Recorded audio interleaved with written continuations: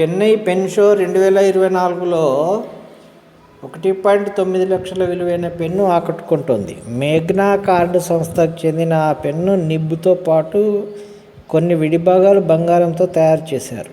దీని స్టాండ్ ప్రత్యేక ఆకర్షణగా నిలుస్తోంది.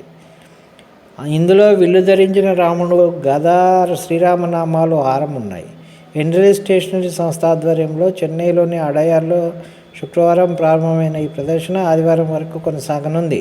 ప్రదర్శనలో ముంబై, బెంగళూరు, పూనా, హైదరాబాద్, ఢిల్లీ, జైపూర్ల నుంచి సుమారు 35 తయారీ సంస్థలు, డీలర్లు పాలుపంచుకుంటున్నారు.